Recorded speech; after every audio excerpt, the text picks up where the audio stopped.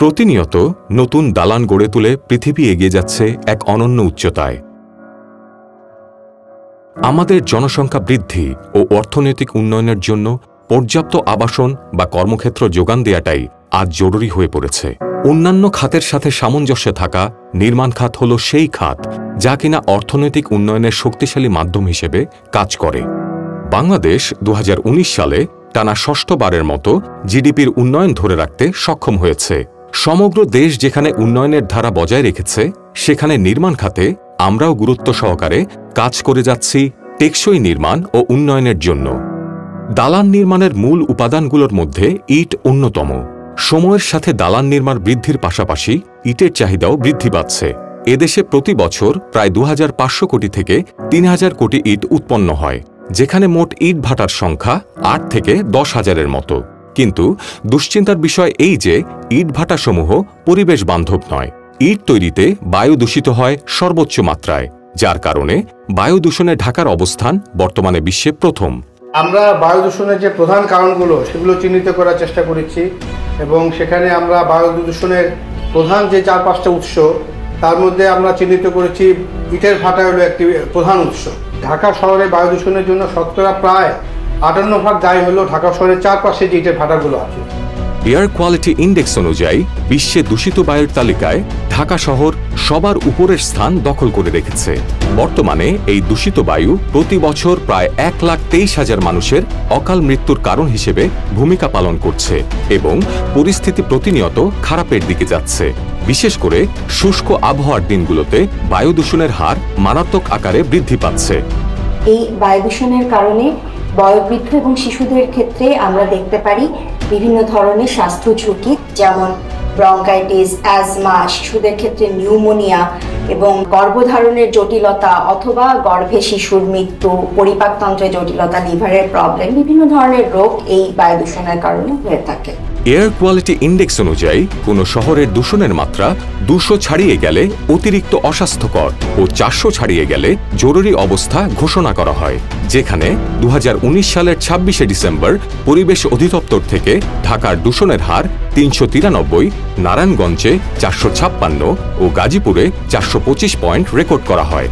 এছাড়াও ইট ভাটাগুলো প্রচুর পরিমাণে গ্রিনহাউস গ্যাস নির্গমন করে ও কৃষিজমির উপর বিরূপ প্রভাব বিস্তার করে থাকে। একটি ইট উৎপাদন করতে প্রায় 3.2 কিলোগ্রাম কৃষিজমির মাটির প্রয়োজন ও 1 বর্গফুট ইট উৎপাদনের জন্য 17.6 কিলোগ্রাম কার্বন ডাইঅক্সাইডের নির্গমন হয়ে থাকে।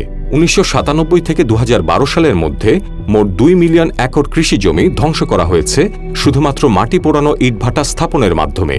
ইটভাটার মাটির যোগান দিতে গিয়ে প্রতি বছর 1% হারে কৃষিজমি নষ্ট হচ্ছে এবং কৃষিজমি হারাচ্ছে তার উর্বরতা। 2019 সালের নভেম্বরে হাইকোর্টের নির্দেশে পরিবেশ অধিদপ্তর ঢাকার আশেপাশের মোট 122টি অবৈধ ইটভাটার ইট উৎপাদন নিষিদ্ধ ঘোষণা করে এবং মোট 4.13 কোটি টাকা জরিমানা করে। অবৈধ ইট ভাটাগুলো বন্ধ করা বা পরিবেশ বান্ধব প্রযুক্তিতে রূপান্তরিত করা সহজ নয়, তবে বিশ্বের অনেক দেশ রয়েছে যারা কিনা পরিবেশ বান্ধব ইট উৎপাদনের লক্ষ্যে কাজ করে চলছে। ভারত, চীন, থাইল্যান্ড, ভিয়েতনাম সহ বিশ্বের বেশিরভাগ দেশ ইট ভাটার ভয়াবহতা উপলব্ধি করে পরিবেশ বান্ধব ইট বা ব্লক তৈরি করছে। তারা প্রত্যেকেই স্বল্পমেয়াদী, মধ্যমমেয়াদী ও দীর্ঘমেয়াদী লক্ষ্য নির্ধারণের মাধ্যমে ধীরে ধীরে সকল ক্ষতিকর ইট ভাটাকে স্থগিত রেখে বিকল্প উপায়ে পরিবেশ বান্ধব ইট উৎপাদন কেন্দ্র স্থাপনে সক্ষম হচ্ছে। নির্মাণের জন্য পোড়ামাটির ইটের নানা ধরনের বিকল্প রয়েছে, তবে আর্থসামাজিক, ভৌগোলিক, প্রযুক্তিগত ক্ষমতা এবং অন্যান্য বিষয় বিবেচনায় রেখে বাংলাদেশে ইটের বদলে কংক্রিট ব্লক ব্যবহার করা অধিক সুবিধাজনক। সেই সূত্রে 2019 সালের 24শে নভেম্বর বাংলাদেশ পরিবেশ, বন ও জলবায়ু মন্ত্রণালয় সকল ধরনের সরকারি নির্মাণের ক্ষেত্রে ইটের বদলে পরিবেশ বান্ধব নির্মাণ সামগ্রী ব্যবহার করার জন্য রাষ্ট্রীয় সংস্থাসমূহকে সরাসরি নির্দেশনা প্রদান করে। আমাদের এখন সময় এসছে যে আমাদের এই যে মাটি পুড়িয়ে ইট তৈরি করার থেকে আমাদের শিফট করে আমাদের চলে আসতে হবে অল্টারনেটিভ বিল্ডিং ম্যাটেরিয়াল উৎপাদনের দিকে।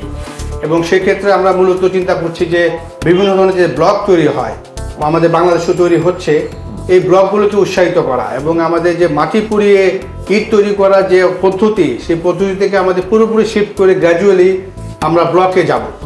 বাংলাদেশ পরিবেশ, বন ও জলবায়ু মন্ত্রণালয় থেকে 2020-21 সালের মধ্যে 20% সরকারি নির্মাণ কাজে পরিবেশ বান্ধব নির্মাণ সামগ্রী ব্যবহার ও 2024-25 সালের মধ্যে সকল সরকারি নির্মাণ কাজে পোড়ামাটির ইটের বদলে পরিবেশ বান্ধব নির্মাণ সামগ্রী ব্যবহার করার লক্ষ্য নির্ধারণ করা হয়েছে। ইটের পরিবর্তে ব্লক ব্যবহারের বেশ কিছু সুবিধা রয়েছে, যা কিনা পরিবেশের উপর ইতিবাচক প্রভাব বিস্তার করে। কোনো ধরনের কয়লা, মাটি ইত্যাদি পোড়ানো বা ব্যবহার না করার ফলে কার্বন ডাইঅক্সাইড উৎপন্ন হয় না। নির্মাণ কাজে ব্যবহৃত ইট অতিমাত্রায় পানি শোষণ করে, যা ব্লকের ক্ষেত্রে তুলনামূলক কম। ওজনে হালকা হবার কারণে কংক্রিট ব্লক ব্যবহারের ফলে দালান হয় তুলনামূলক অধিক ভূমিকম্প প্রতিরোধী। ব্লকের ভেতর ফাঁকা স্থান থাকার কারণে বাড়িগুলো অধিক শব্দ ও তাপ প্রতিরোধী হয়ে ওঠে। সবশেষে ব্লক তুলনামূলক সাশ্রয়ী হবার কারণে নির্মাণ খরচ প্রায় 10 বা 20% হ্রাস পায়।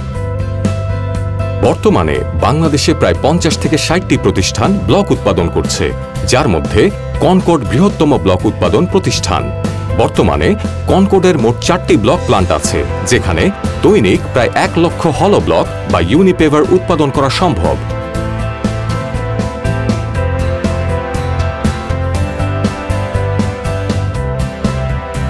খিলক্ষেতের Lake City Concord, Westin hotel, World Trade Centre, police plaza Concord, Fantasy Kingdom, Foy's Lake সহ কনকর্ডের সকল নির্মাণ প্রকল্পে এই পরিবেশ বান্ধব ব্লক ব্যবহার করা হয়েছে। বাংলাদেশের ইকোনমি খুব দ্রুত গতিতে এগিয়ে আছে। গ্রোথের সাথে সাথে সবসময় কিছু ড্রব্যাকস, কিছু এক্সটার্নালিটিস থাকে।